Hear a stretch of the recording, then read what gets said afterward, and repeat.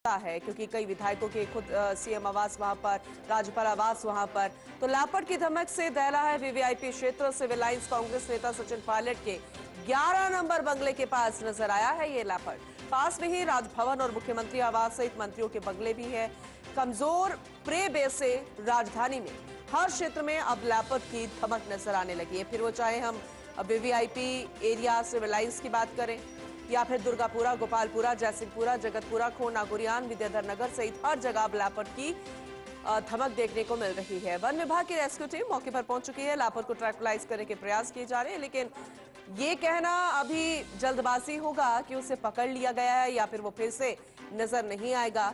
लेकिन कितना गंभीर है ये मसला कि कमजोर प्रे बेस है जिसकी वजह से राजधानी में अब हर क्षेत्र में लैपर्ड नजर आने लगा है, उसे देखा जाने लगा है।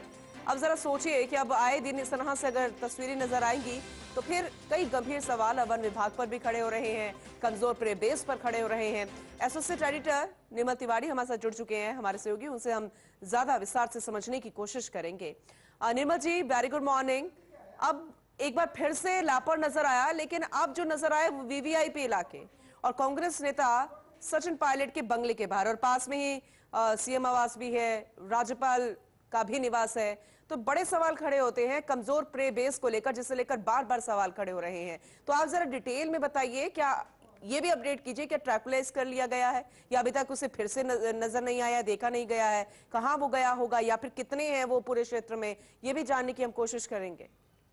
देखिए पूनम, निश्चित तौर पर बहुत खतरनाक स्थिति है। बार बार हम कहते रहे और लंबे समय से कहते रहे हैं कि राजधानी जयपुर में प्रे बेस बिल्कुल खत्म हो चुका है, जबकि हम तीन लेपर्ड सफारी यहाँ बना चुके हैं, उसके बावजूद यहाँ पर प्रेबेस नहीं है। और प्रेबेस नहीं होने के चक्कर में जितने भी जो लेपर्ड हैं, क्योंकि उनकी संख्या 100 से कहीं ज्यादा है राजधानी और उसके आसपास की पैराथेरी की बात करें तो लेपर्ड सिर्फ खाने और पीने की तलाश में, पानी पीने की तलाश में, भोजन की तलाश में बाहर निकलता है। और लगातार पग पग पर राजधानी में ऐसा कोई क्षेत्र नहीं है जहां पर लेपर्ड ना हो। खासकर हम बात करें विद्याधर नगर क्षेत्र की, दुर्गापुरा क्षेत्र की, उसके अलावा हम गोपालपुरा पुलिया की बात करते हैं, MNIT परिसर की बात करते हैं, पुलिस वन की बात करते हैं, और साथ साथ जगतपुरा, खोन, नागुरियान, विद्याधर नगर, हर जगह लेपर्ड है। और इतना समझाने के बावजूद, इतना लिखने कहने के बावजूद, इतने सरोकार निभाने के बावजूद वन विभाग इस स्तर पर कोई काम नहीं कर रहा है।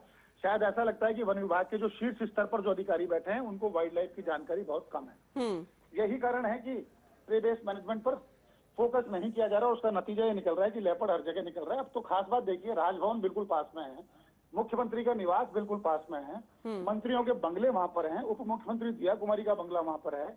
और अब जो लेपर्ड दिखाई दिया है ये 11 नंबर सिविल लाइंस यानी पूर्व उप मुख्यमंत्री सचिन पायलट के बंगले के पास दिखाई दिया है।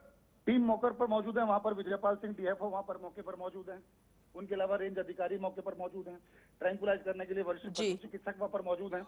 लेकिन अभी तक लेपर्ड को ट्रैंकुलाइज नहीं किया जा सका है। ऐसे में अगर लेपर्ड का एनकाउंटर ह्यूमन के साथ होता है तो निश्चित तौर पर एक बड़ी घटना सामने आ सकती है। लेकिन इसमें पूरी तरह से नेग्लिजेंसी वन विभाग की इस मायने में है कि जब लेपर्ड हर जगह निकल रहे हैं, आप प्रेबेस बढ़ाने की दिशा में काम क्यों नहीं कर रहे हैं? अच्छा निर्मल जी, आपको क्या लगता है क्या वजह हो सकती है? प्रे बेस बढ़ाने की कोशिश क्यों नहीं की जा रही? नियत नहीं है या फिर कोई ऐसी संभावनाएं हैं जो जिस पर पार नहीं पाई जा रही? कहते हैं ना कि कभी कोई कमी होती है किसी चीज की, या तो फंड की, इक्विपमेंट्स की, क्या यहाँ पे आपको कारण लग आते हैं और आप बेहतर तरीके से बता सकते हैं कि समाधान भी क्या हो सकता है? देखिए, प्लानिंग की कमी है सीधे तौर पर, प्लानिंग और प्लानिंग के साथ एग्जीक्यूशन की कमी है, क्योंकि आप प्लान नहीं कर पा रहे हैं कि कैसे टारगेटिव रिलीज की हमको उनका किया जाएगा। लेपर्ड, अगर लेपर्ड का प्रेबेस बाहर से लाते हैं, आज 3 साल हो गए, NTCA ने परमिशन दे रखी है कि झालाना के अंदर 50 चीतल ला करके छोड़े जाएं, लेकिन 3 साल में भी चीतल ला करके झालाना में नहीं छोड़े जा सके। और इधर आप 3 साल के अंदर आमागढ़ के नाम से दूसरी लेपर्ड सफारी बना दी, इसके अलावा बीड़ पापड़ के नाम से तीसरी लेपर्ड सफारी बना दी। तो कुल मिलाकर के लेपर्ड सफारी की संख्या आप बढ़ाए जा रहे हैं, अच्छी बात है, लेकिन लेपर्ड के लिए प्रेबेस जुटाना होगा। लेपर्ड के लिए कहीं ना कहीं से आपको, अगर उसकी भोजन की व्यवस्था नहीं हुई तो अपने आसान शिकार तलाशने के लिए, यानी कि बकरी, कुत्ते, जो छोटे प्राणी उनको शिकार करने के लिए लेपर्ड ऐसे बाहर निकलता ही रहेगा। गनीमत यह है कि स्कूल में जब लेपर्ड पहुंचा था दुर्गापुरा, तो वहां उस लेपर्ड ने किसी को नुकसान नहीं पहुंचाया, क्योंकि उस स्कूल में 350 बच्चे भी थे पूनम। बिल्कुल। उसके अलावा रामचरण बोरा जो पूर्व सांसद वहां विद्याधर नगर क्षेत्र में पहुंचा। कहीं ना कहीं वन विभाग ऐसा लगता है कि एग्जीक्यूशन में पीछे है।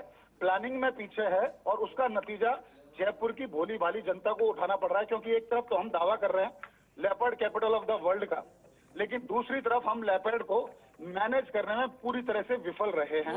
खास बात ये देखिए कि फर्स्ट इंडिया न्यूज के माध्यम से, हम हमारे चैनल के माध्यम से सैकड़ों बार इस विषय पर चेता चुके हैं वन विभाग को, इसलिए उसके बावजूद वन विभाग इस दिशा में काम नहीं कर रहा है। पिछले दिनों की घटना पता है आपको, जिस तरह से गुजर घाटी में लेपर्ड आया था, लेपर्ड के ऊपर ग्रामीणों ने अटैक कर दिया, लेपर्ड की मौत हो गई। देखिए निर्मल जी, आपने बिल्कुल सही कहा, विस्तार से समझाया है। आपने ये भी बताया कि कैसे स्कूल में आ गया था और अब देखिए ना सिविल लाइन में आ गया, वीवीआईपी इलाका है। ये नहीं कहा जा सकता कि उसने अभी तक नुकसान नहीं पहुंचाया तो वो आगे नहीं पहुंचाएगा। और अगर आम लोग, ग्रामीण भी अगर अपनी सुरक्षा के लिए फिर हथियार उठाते हैं, उसे मारते हैं, तो फिर वन विभाग को भी इस पर क्वेश्चन करने की जरूरत महसूस नहीं होनी चाहिए। अगर ऐसा ही चलता रहा, बहुत ही बड़े गंभीर सवाल भी इसे लेकर खड़े होते हैं। आगे भी हम आपसे अपडेट लेते रहेंगे निर्मल जी। बहुत शुक्रिया विस्तृत रूप से अपडेट देने के लिए।